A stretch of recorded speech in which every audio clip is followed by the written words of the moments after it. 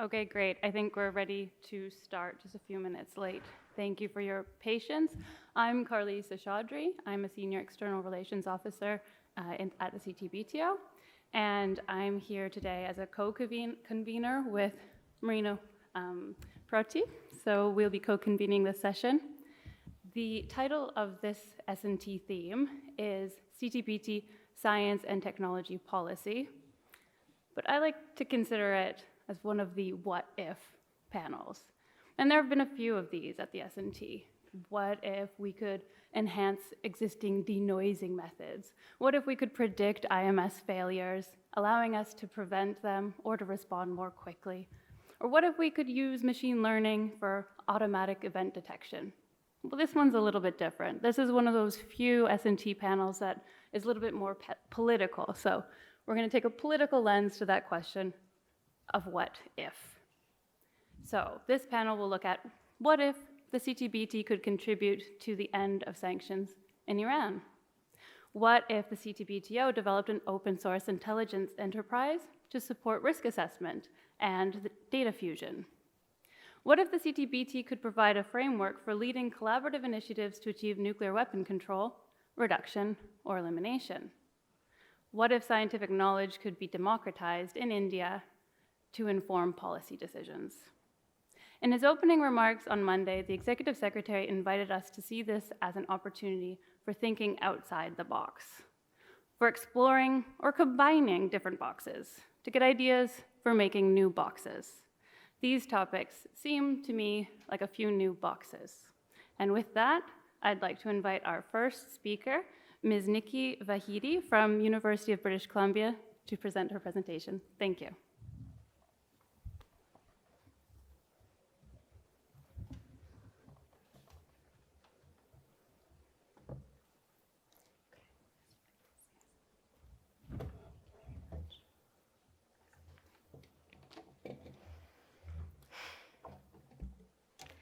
Good afternoon, everyone. My name is Niki Vaahedi. I'm a lawyer from Vancouver, Canada, and today I will be discussing the economic sanctions imposed by the United States on Iran and how they do not provide a viable long-term solution. Rather, the ratification of peaceful treaties such as the Comprehensive Test Ban Treaty provide a peaceful step forward. I thought I'd start off my presentation by reading a quote by Richard Nephew, an individual who assisted in the design and implementation of many of the sanctions imposed on Iran today. The quote reads, "The efficacy of sanctions lies in the application of pain against a target."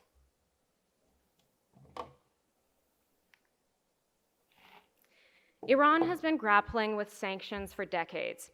By way of background, prior to the Iranian Revolution in 1979, the Shah of Iran invested a portion of Iran's revenues to expand modern Iranian industries, including nuclear power. The rationale was that Iran's oil was so valuable and Iran was so economically dependent on their oil that using it as fuel would be a waste. The United States' relationship with Iran changed dramatically following the Iranian Revolution. In 1995, President Clinton enacted 2 executive orders preventing the United States from investing in Iran's energy sector and engaging in trade and investment with Iran. He also signed the Iran and Libya Sanctions Act, permitting the president to penalize any foreign company who engaged in investment or trade with Iran. The situation was further exacerbated in 2002 when it was confirmed that Iran was building 2 nuclear sites. So between December 23, 2006 until June 9, 2010, the United Nations Security Council issued 4 rounds of sanctions on Iran. The United States implemented harsher sanctions on Iran, preventing financial transactions with many of Iran's banks and increasingly directing sanctions at financial, energy, and shipping sectors. In 2010, the Comprehensive Iran Sanctions Accountability and Divestment Act was enacted. This is when Iran felt extremely pressured, as sanctions were expanded to prevent some of Iran's major imports, notably Persian carpets and dried fruit. The sanctions led to Iran's isolation from the financial market and its currency, the rial, depreciating significantly.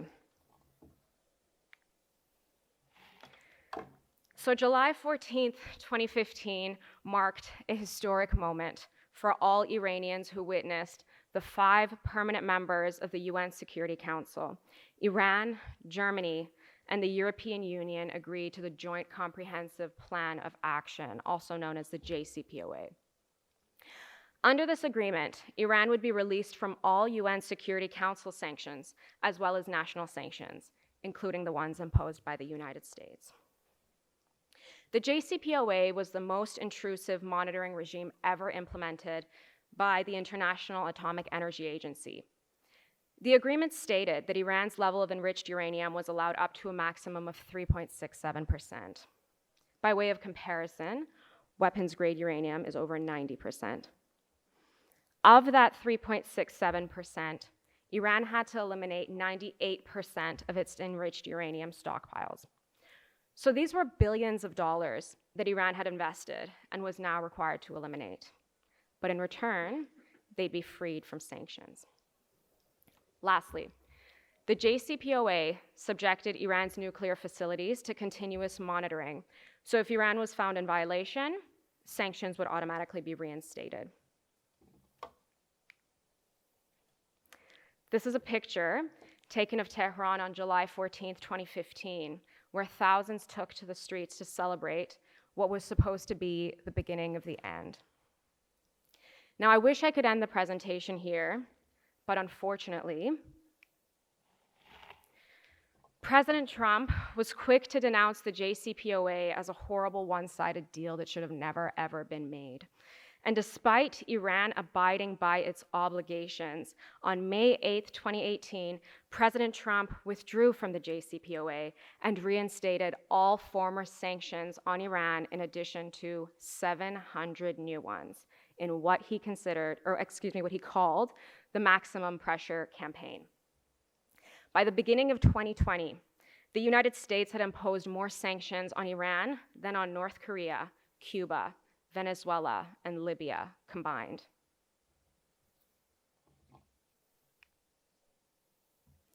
Turning now to the effects that the sanctions have had on Iran, starting with Iran's economy. When the sanctions were reinstated, Mike Pompeo, United States Secretary of State, said that Iran would be battling to keep its economy alive. And he was right. Between 2010 until the JCPOA agreement, the cumulative sanctions were estimated to have set back Iran's oil revenues by about $160 billion. Since the withdrawal of the JCPOA, Iran's oil revenues have decreased once again.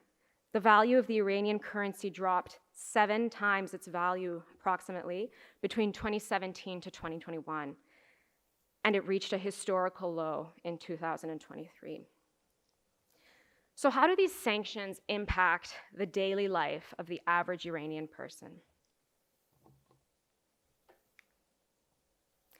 In 2022, the Iranian inflation rate was almost 49%. Iranians pay about 75% more for food than they did in the year before. In a single year, the cost of vegetables and meat increased by 70%. The price of milk, yogurt, and eggs increased by 80%. In 2020, Iran stated that approximately 35% of their population was on the brink of malnutrition. Food rationing, couponing, and lineups have been reintroduced for the first time since the Iran-Iraq War in 1980. Ironic, as sanctions are often seen as a peaceful alternative to war. Turning to the impact that sanctions have had on health. This is an article written by a close friend of mine and a former member of the CTBTO, and it reads, "I was diagnosed with cancer during the pandemic and can't stop thinking about sanctions against Iran. The sanctions have affected every aspect of Iran's health sector." The United States explained that despite the sanctions, there would be humanitarian exemptions to permit the sale of medication and medical devices as required by international law. But to import medication into Iran, the company needs to obtain a license, which may not be granted. And even if it is granted, the transactions cannot involve blacklisted entities, which is problematic because Iran's major banks are blacklisted. So for instance, because Iran and Afghanistan share a border, Iran has one of the highest populations of Afghan refugees, hosting nearly 3 million Afghans in Iran. Because the majority of financial transactions in Iran are blacklisted, NGOs are facing difficulties importing products despite millions of Afghans being critically dependent on this form of humanitarian aid. Overcompliance is another problem. Banks and companies who have licensing and are permitted to trade or to engage in trade with Iran often decide not to because they fear harsh penalties. I have 2 examples of this. So once someone receives a liver transplant, they're administered a drug that prevents their body from rejecting this organ. This is a very difficult drug to replicate, and it's American. So Iran had made a $60 million order from an American company for this drug. The sale was completely legal, but the transaction failed because no bank would facilitate the transaction. So just imagine patients waiting years to receive a liver transplant now faced unsuccessful outcomes. The second example of this is Molnica. So Molnica is a Swedish company that creates a foam dressing called Mepilex dressing for epidermolysis bullosa. Epidermolysis bullosa is a life-threatening skin disease. The pain is so severe that patients have compared it to third-degree burns. One patient described it as boiling hot water pouring on your skin drop by drop. Although the humanitarian exemptions allowed Molnica to provide this product to Iran, Molnica stopped conducting business with Iran altogether.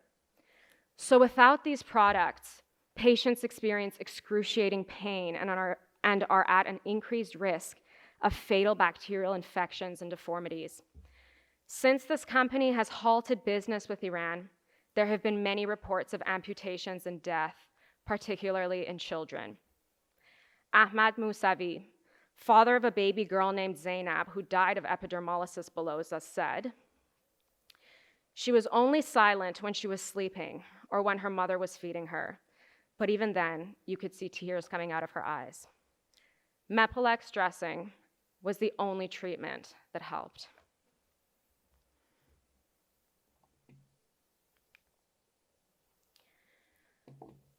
So because so many medical companies have stopped working with Iran, there is a shortage of medicine and equipment. It's estimated that 6 million patients faced limited access to necessary treatments. For instance, there is a severe shortage of blood disorder medication, which has caused physical disabilities and death in hemophilic patients. Patented drugs by national companies, like Pfizer, are hard to substitute, and Iran has had to import lower quality alternatives. Given the increasing prices of medication, Iranians are turning to the black market for cheaper alternatives, which are often counterfeit or expired.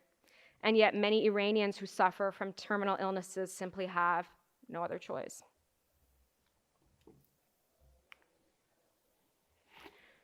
So I wanted to have a slide specifically on cancer, and that's because Iran has one of the highest incidences of cancer of any country in the Middle East, and it's partially due to the sanctions. So in 2010, countries would not trade refined fuel with Iran, and Iran had to produce a lower quality refined fuel, which caused high levels of pollution all across the country. 45,000 deaths in a single year, and an increase in lung cancer, particularly in children, is linked to the air pollution in Iran. In 2019, Iran lacked 3 chemotherapy medications, which were all on the WHO's list of essential medicines.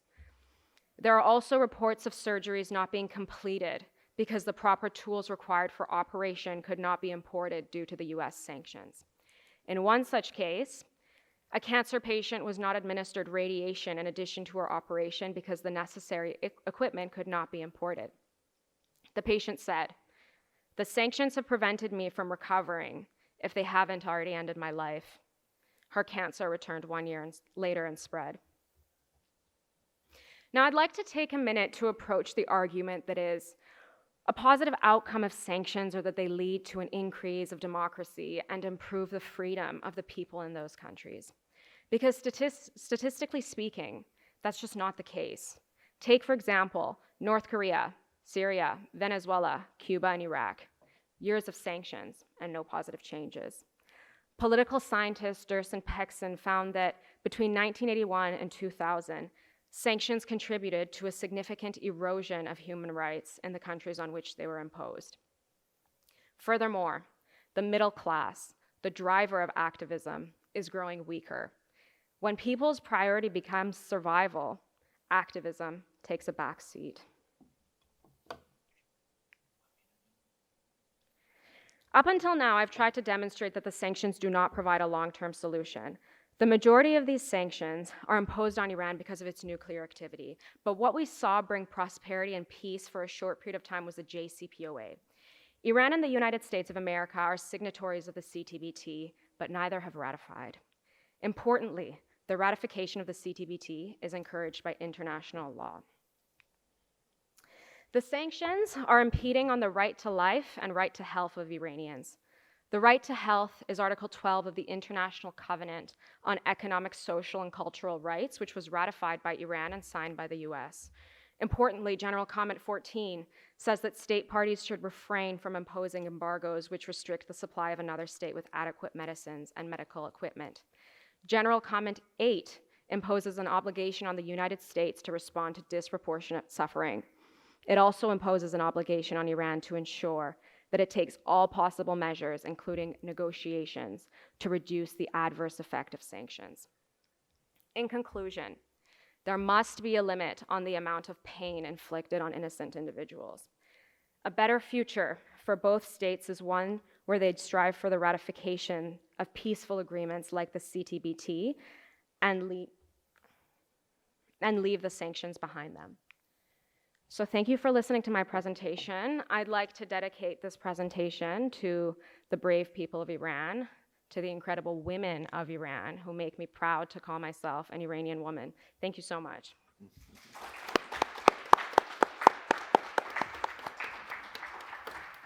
Thank you, Niki. I don't think we have time for questions now, so if you have any questions, just look for her after the session or during the break.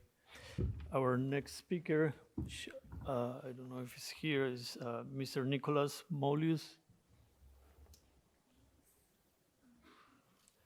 No? So in that case, we'll have this time. If anybody has questions for Niki, we could take that time. We're not going to shift any talks. We're going to stay on the program.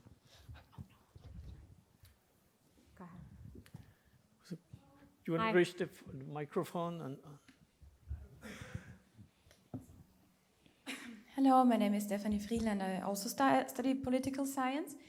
First of all, thank you for the very interesting presentation. Thank you. And I think it's very important to see the other side of the coin from sanctions and how they influence people who have nothing done wrong and who are suffering under it.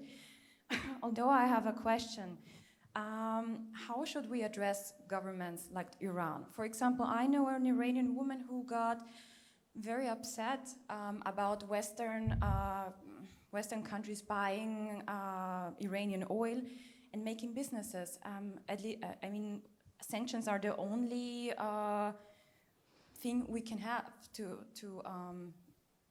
do something against the regime. So what do you propose for this? So what I want to say is like, yeah, I agree, sanctions are influencing people in a bad way, but which alternatives do we have? Thank you. Thank you for your question. I disagree. I don't think sanctions are the only thing that can be done. If anything, what I was trying to show is that they impact the people more than they impact anyone else. And in terms of the efficacy, as I demonstrated in the democracy slide, you know, when we look at the evidence, we can't really see that it's increasing the freedom of the people in those countries. We can't see that it's improving democracy. In fact, it can have an alternative effect. It can disproportionately affect women, activists, students who are no longer provided visas to be able to go study abroad. They're no longer receiving funding from NGOs who want to support their causes. You know, that was what I was trying to say with it. So that's my answer to your question. You shouldn't subject anyone to an indefinite sanction. Probably you can say, okay, 1 year sanction, then later another 1 year free zone, 1 year again, so that they can taste and they can have the feeling of free life or freedom, and at the same time you subject them to another sanction. But an indefinite sanction is not going to end with Iran. It's also going to affect everyone. Everybody, to be honest. And it's already affecting the women already in Iran. Thank you. Thank you. I think that's a really important point. I agree with you. I think that, you know, I was looking at studies on sanctions and stuff like that, and they find that the ones that are actually, like they do have some efficacy are the ones that are imposed for a short period of time for a specific goal. But, you know, when we look at these economic sanctions, for example, these specific ones, and that was what my presentation was on, and how they're not promoting anything or as much as we would like, is because, you know, they're so broad and they've been imposed for 4 decades. And that's, yeah, so I think what you're saying is very important.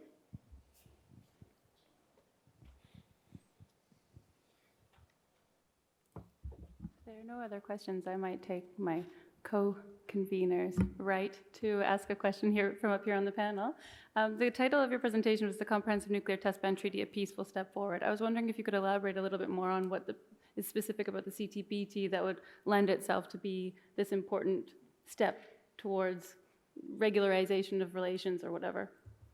That'd be Sure. great. Thank you. Yeah, so I'm a former member of the CTBTO youth group as well, so I do know quite a bit about the actual treaty and how it's a step towards, you know, putting away nuclear weapons and all those kinds of things, or just using it for peaceful purposes, if at all, no nuclear testing.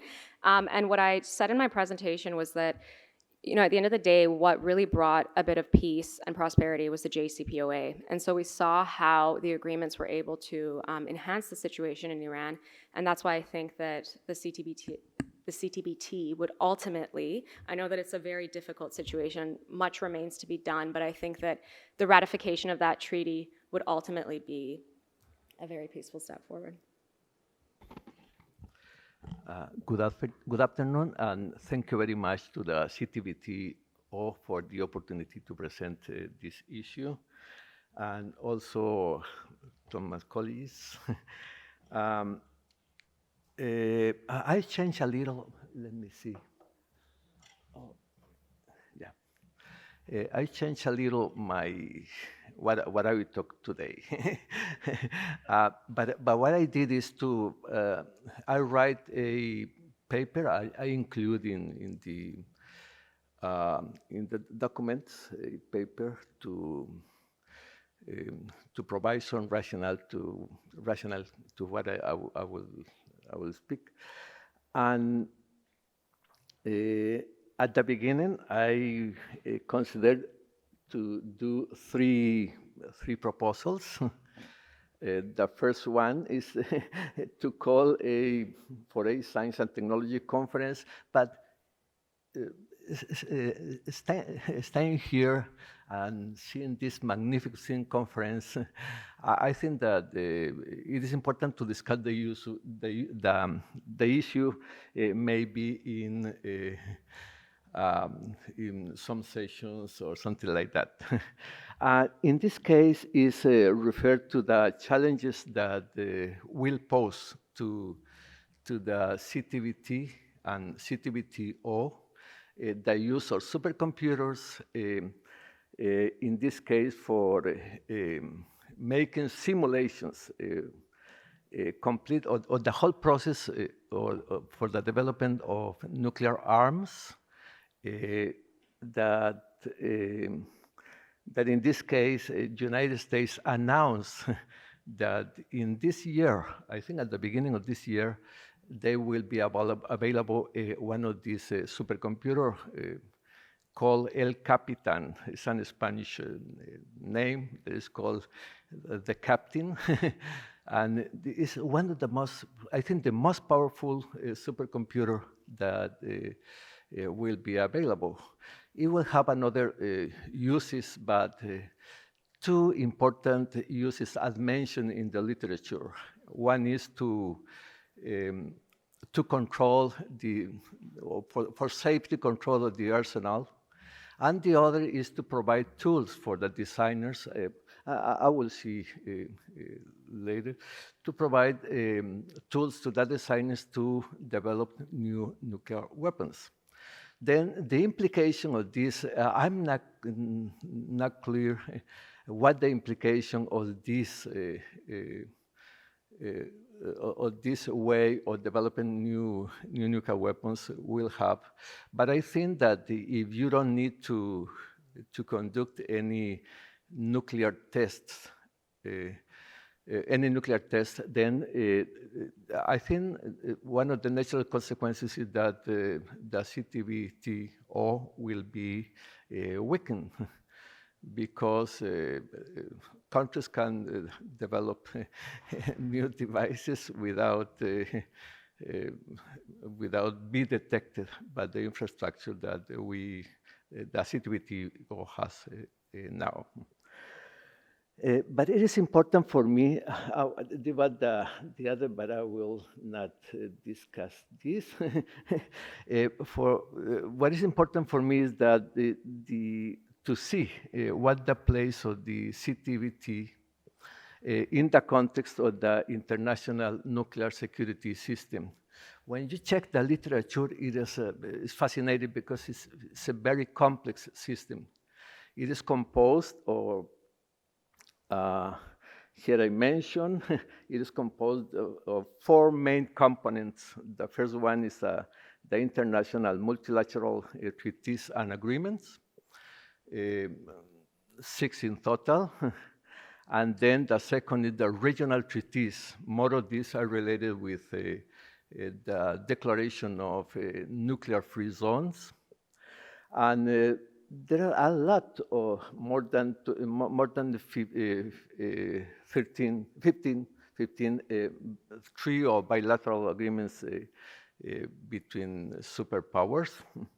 And what is more relevant is that there are hundreds of civil organizations that are compromised with building a better war, more peaceful war, without nuclear weapons. In these multilateral treaties, there is two kinds of treaties. One is the NPT, that it doesn't prohibit, for example, some activities. But Article 6 is very important because Article 6 promotes that during the negotiation, every 5 years, there is a review of the treaty to advance in two main issues, according to Article 6. One is to reducing nuclear arms, and the other is to advance to achieving the goal or eliminating nuclear weapons. As you know, during the last 15 years, there is no progress in this issue, and sadly for me, the things becomes worse. The diplomacy has lost its important positions, and it's very sad for me. The other is the international safeguard system. This is under the trigger of the International Atomic Energy Agency. It's a powerful instrument, a national instrument, that this is oriented to prohibit, in this case, proliferation of nuclear weapons related to nuclear power plants, research reactors, and other activities. And the CTBT is in the middle. It has some prohibition. For example, if you are a member of the CTBT, then you have to, is forced to not conduct any experiment, any nuclear test. But at the same time, according to the preamble of this treaty, the CTBT can provide valuable information to NPT to achieve the two mentioned goals. This to reduce nuclear weapons and also to eliminate at the ultimate goal nuclear weapons from the world. And there is another two more treaties. One is this International Convention for the Suppression of Act or Nuclear Terrorism. And the more recent, the 2017, that is a treaty for the prohibition of nuclear weapons that entered into force in 2021, I think. Then this is the multilateral level. I will not discuss the other, but there is 6 regional treaties that create free zones of nuclear weapons, and one additional is Mongolian weapon-free status. It was a voluntary decision taken by Mongolia. And I include here a list of the treaty and bilateral agreements or treaties because it is a lot. I only okay, we pass very fast the list. And for me, this is very, very important. But what is this related with the CTBTO? I understand clearly that the priorities of the CTBTO and the Preparatory Commission is to complete the installation of this very robust international monitoring system, and also to create or consolidate the group of scientists and technologists involved in supporting and making that the system works. And on the other side, the relevant role of involving diplomats and making that science and diplomacy work together, and also engaging in these activities the young professionals and universities, research centers, as part of this important support of the system. But, and I'll say, the CTBT has to provide also information to support NPT. And almost all the state members that are members of the CTBT are also members of the other treaty. And then it is important, I think, these sessions and suggestions, I think, for the CTBTO decide which information had be translated to other treaties and try to work together. It is very relevant among the organizations, world organization in this case, is the role of the Red Cross. It has a plan called 2024-2028, I think, in which it is including to push the entry into force of the CTBT. And the humanitarian perspective of the use of nuclear weapons, the information that they have collected from past experience, is an important instrument to create momentum and to advance and step toward nuclear elimination. Here I list some of the particularities that the CTBT has, and I quote here one of the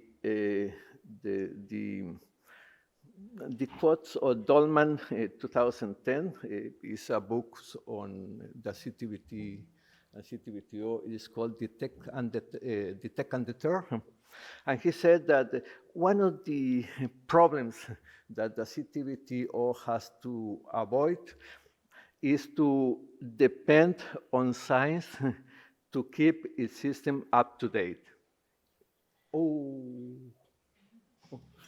Okay, it is not enough to, to work in the way, but to think where the technology is going. And in this case, then going fast.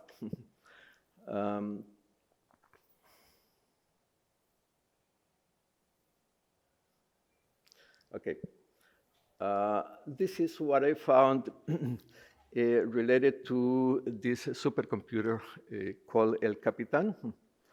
And what I say here, and in the document that I attached, it is included.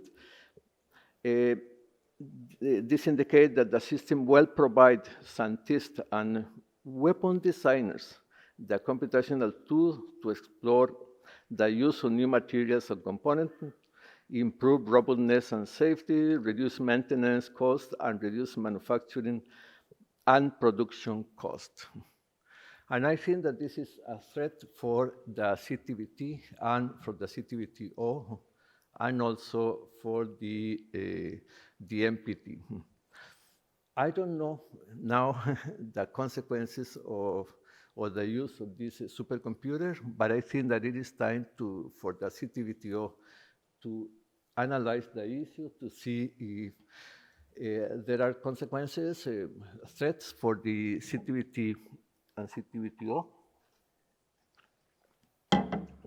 and to make the recommendation that the group of experts consider necessary to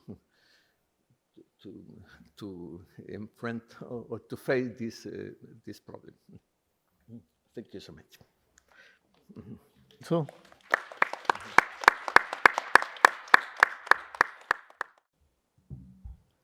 Good evening to all of you. So my name is Shubhankshi Sonker, and I'm going to present on the topic India's response to nuclear technology in post-Fukushima period. So we are all well aware about the Fukushima disaster that took place in Japan in year 2011. So thereafter, many things changed, and the entire discourse in India is now shaping in that particular context. So I'm going to talk in that arena. So the idea is that that there is now a receding confidence in the argument that, one second.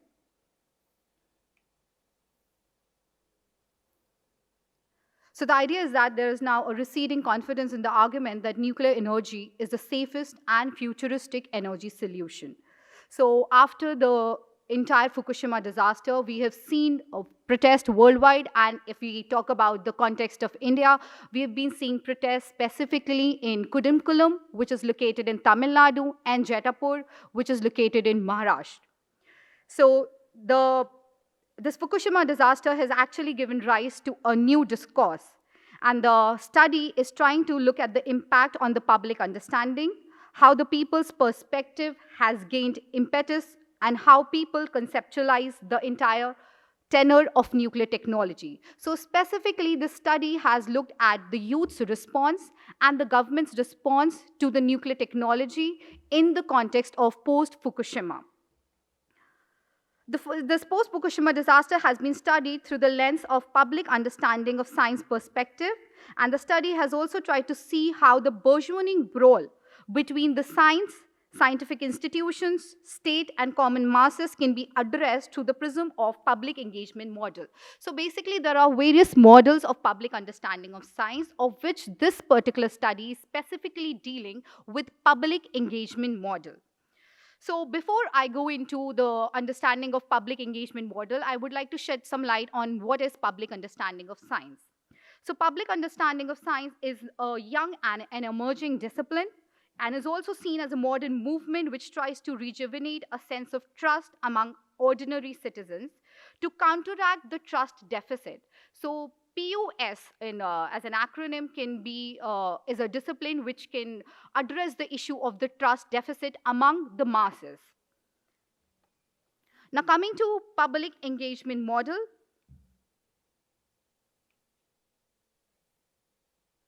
So this focuses on an array of activities which is initiated to foster public participation in science policy. These activities include consensus conferences, citizen juries, deliberative technology assessments, science shops, deliberative polling, and other techniques. So it is believed that there is deficit of trust not just with the public, but with the scientific institutions and actors, and the public engagement model seeks to address that issue. So if you want to read more about the public understanding of science studies in India, you can just go through my PPT, which is already uploaded there. And due to limitation of time, I'm just sticking to some of the highlights of the PPT.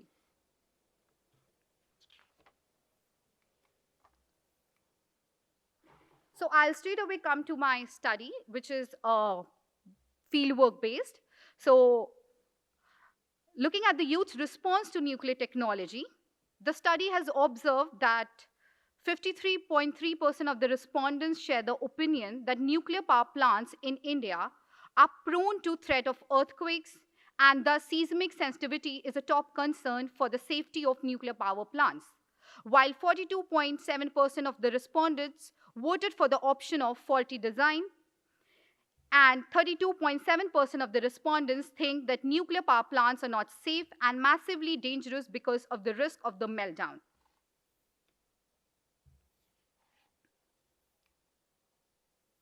The study has also seen that 53.3% of the respondents said that solar energy is highly important. So if we look at the youth's response to alternative source of energy, almost half of the respondents agree to the position that solar energy is highly important, while 14% of the respondents believe that solar energy is not that important. In fact, hydroelectricity is also seen as the second most reliable option of energy, while bioenergy as a highly important option was chosen by 30.7% of the respondents.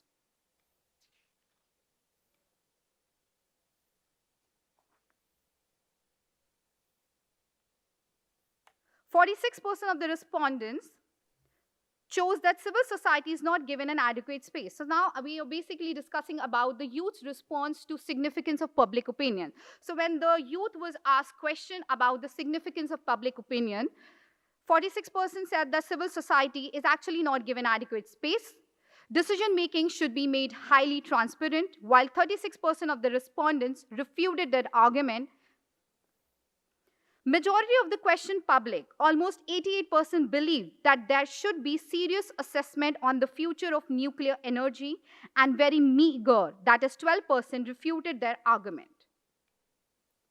Coming to youth's response to assessment on future of nuclear technology, it was observed that 29% of the respondents chose that nuclear power plants are prone to natural disasters, and hence India should consider closing the nuclear power plants, while 34% of the respondents assumed that Kudankulam crisis would be resolved only when public discontent is addressed.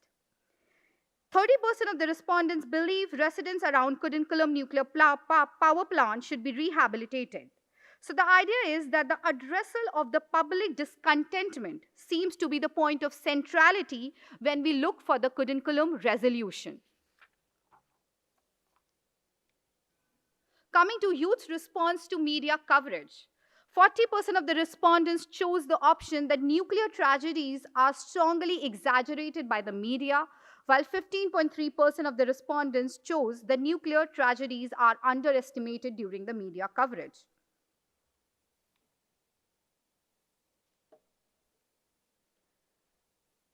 Coming to people's understanding of nuclear technology.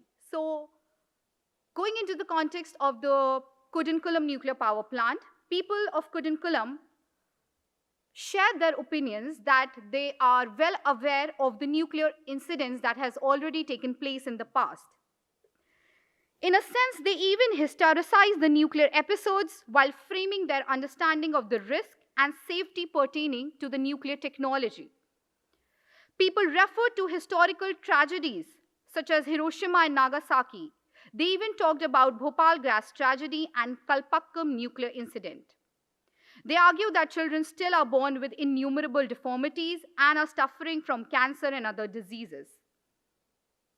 People over there argued that huge deposits of uranium would be dumped in the near vicinity, and it would be nothing but just a dumping ground, which by all measures is a point of concern for them. They believe that nuclear power plant would also consume a huge amount of water, which will be desalinated and consumed for cooling purposes, which is again a grave concern for them.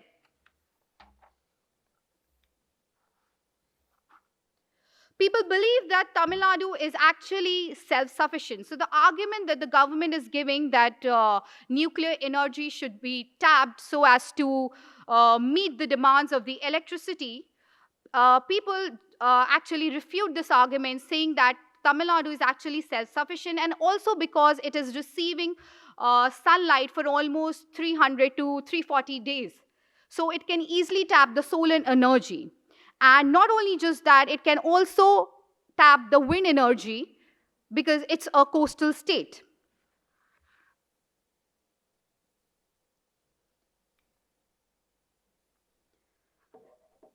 So this entire Kudankulam conflict, which is a site of protest, is seen as a science-society conflict from a sociological perspective. So people there are opposing science because they believe it is violent, pervasive, and hegemonic in nature. It is directive and it denies the imperativeness of socio-cultural context. People over there argue which NPCIL authorities claim to be more sophisticated is similar to the one used in Chernobyl. So people say that the technology which the government is employing in the Kudankulam plant is the same which was used in Chernobyl, which Russia already disowns this kind of technology. People stress that they have all the right to know science and raise questions on various scientific institutions. People are ardent to know what is going to happen with electricity and what nuclear power plants are all about, because it determines their future and it determines their safety. People have also raised questions on the autonomy of AERB, which is Atomic Energy Regulatory Board, and DAE, which is Department of Atomic Energy. They know that AERB has to ultimately report to DAE, which is responsible for NPCIL. And NPCIL is a body which executes the nuclear power program. So again, there is a conflict of interest, which is involved in case of DI, and that needs to be resolved.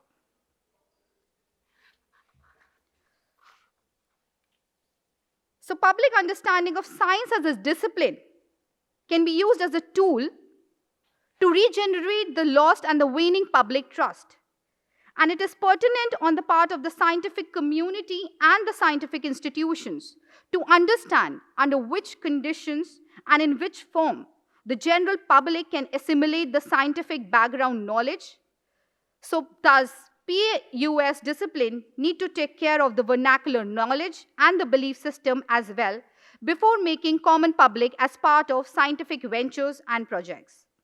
Thus, the post-Fukushima period called for more space and respect to public opinion. If public participation is really a serious concern, then it demands an ample space and earliest attention.